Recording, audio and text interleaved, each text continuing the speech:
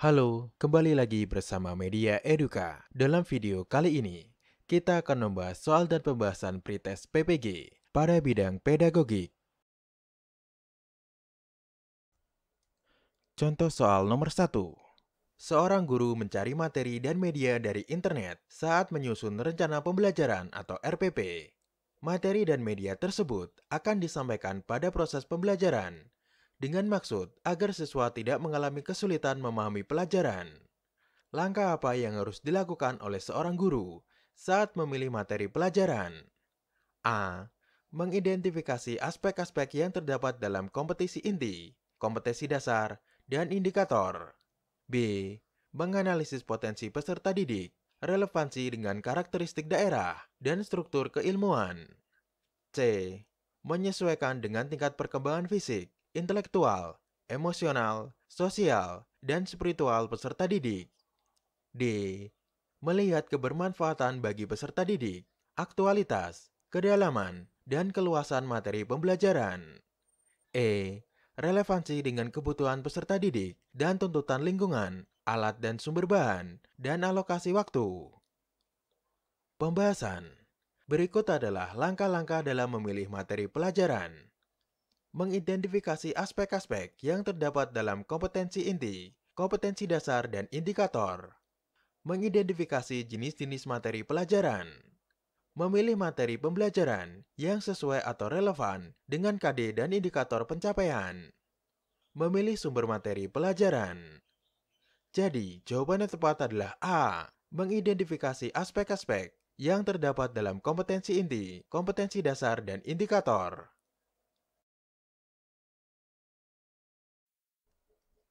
Contoh soal nomor 2. Pada saat menyusun perencanaan pembelajaran pokok materi tentang unggas, seorang guru merumuskan tujuan pembelajaran agar siswa dapat mendefinisikan hewan unggas, mengelompokkan dan membedakan jenis-jenis unggas.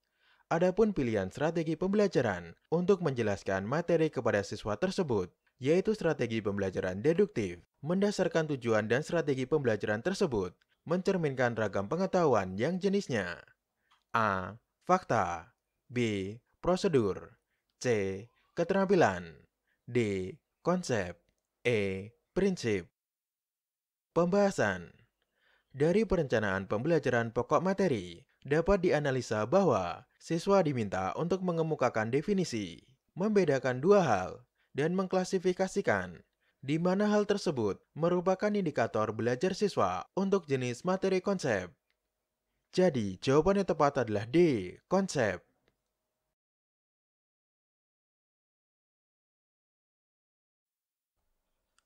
Contoh soal nomor 3. Di sekolah, seorang guru menuliskan beberapa aturan, seperti dilarang menginjak rumput dan mencoret-coret meja.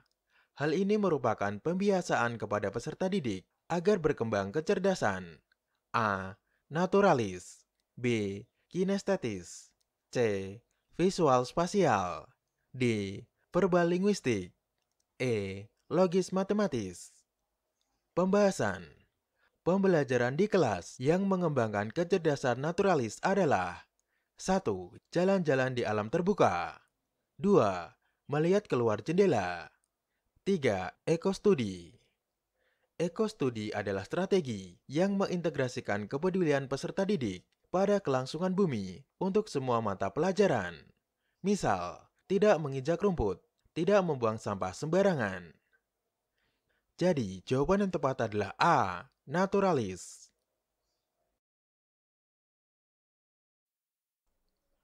Contoh soal nomor 4.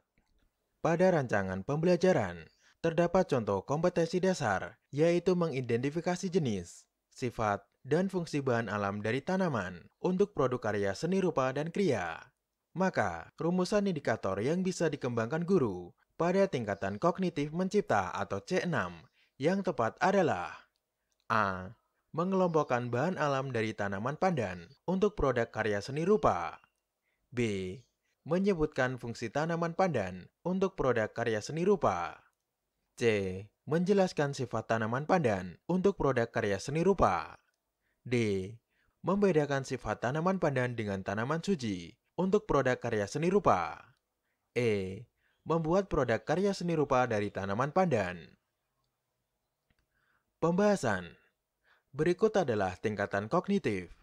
C1 mengingat, C2 memahami, C3 menerapkan, C4 menganalisis, C5 mengevaluasi, C6 mencipta. Kata kerja operasional dari C6 atau mencipta adalah sebagai berikut. Membangun, membentuk, membuat, menampilkan, memperjelas, menemukan, dan menyusun. Jadi, jawaban yang tepat adalah E. Membuat produk karya seni rupa dari tanaman pandan.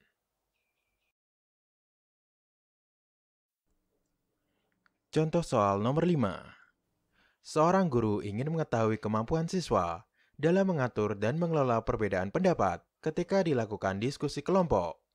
Guru tersebut membuat lembar daftar cek atau checklist dalam bentuk skala yang harus diisikan oleh siswa untuk menilai teman kelompoknya.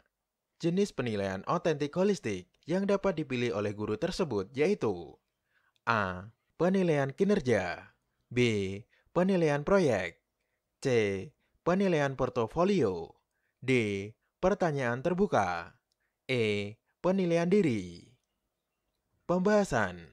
Pada penilaian kinerja, diminta untuk mendemonstrasikan tugas belajar tertentu dengan maksud agar peserta didik mengaplikasikan pengetahuan dan keterampilan yang dimilikinya. Instrumen yang dapat digunakan untuk merekam hasil belajar pada penilaian kinerja ini antara lain daftar cek atau checklist, catatan anekdot atau narasi, skala penilaian atau rating scale. Jadi, jawaban yang tepat adalah A. Penilaian kinerja.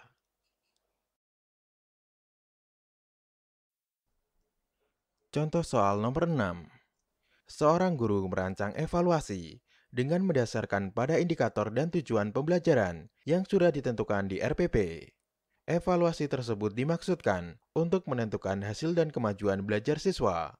Maka, jenis evaluasi yang tepat dipilih oleh guru adalah A. Evaluasi formatif, B. Evaluasi sumatif, C. Evaluasi selektif, D. Evaluasi diagnostik, E. Evaluasi penempatan. Pembahasan. Jenis evaluasi berdasarkan tujuan sebagai berikut. 1. Diagnostik ditujukan untuk menelaah kelemahan siswa beserta faktor penyebabnya. 2. Selektif digunakan untuk memilih siswa yang paling sesuai dengan kriteria program kegiatan tertentu. 3. Penempatan digunakan untuk menempatkan siswa dalam program pendidikan tertentu yang sesuai dengan karakteristik siswa. 4. Formatif dilaksanakan untuk memperbaiki dan meningkatkan proses belajar dan mengajar.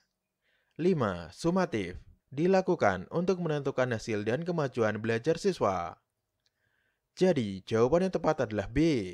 Evaluasi sumatif.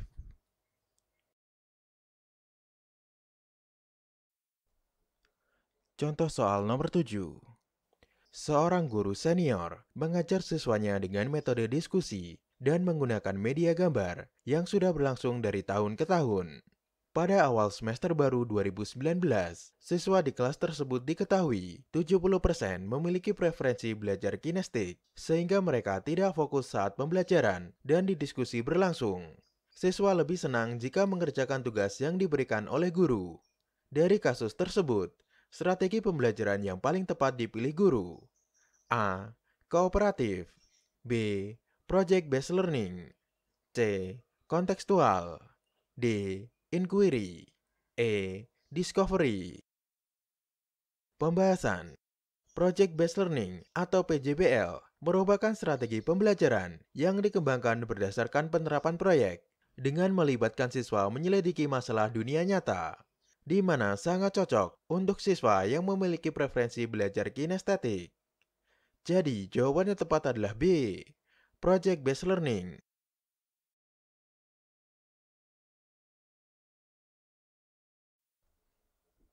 Contoh soal nomor 8. Sebagian siswa mengalami kesulitan menjawab soal tes pilihan ganda yang disusun oleh guru. Hal tersebut disebabkan materi dalam soal sebagian belum dipelajari oleh siswa karena materi tersebut seharusnya diberikan pada pertemuan berikutnya. Hal yang seharusnya dilakukan guru dalam menyusun soal tes pilihan ganda pada aspek materi yaitu A. Soal harus sesuai dengan indikator. B. Pokok soal harus dirumuskan secara jelas. C. Pilihan jawaban harus homogen dan logis. D.